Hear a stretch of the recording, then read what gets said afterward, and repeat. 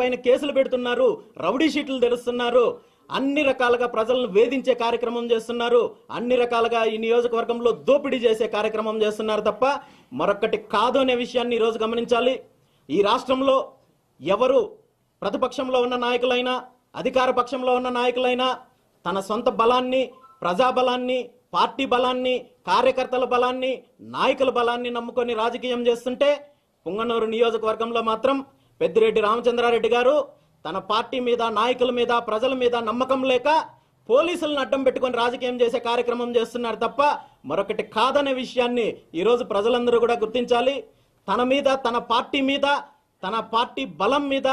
ప్రజాబలం లేదని గుర్తించారు కాబట్టే ఈరోజు నియోజకవర్గంలో జరిగిన ఏ ఒక్క ఎన్నిక కూడా సక్రమంగా జరగకుండా అడ్డుకునే ప్రయత్నం చేశారు. గత స్థానిక సంస్థల ఎన్నికల్లో కూడా నియోజకవర్గంలో ఎక్కడ కనీసము ఒక్క సర్పంచ్ను కూడా పోటీలో నిలబెట్టుకుని గెలిపించుకునే ధైర్యం లేక పోలీసులను అడ్డం పెట్టుకుని ఈరోజు అక్రమంగా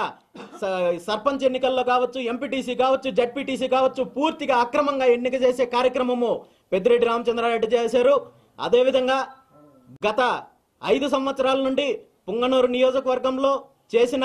అక్రమాలు, దోపిడీలు, దౌర్జన్యాలు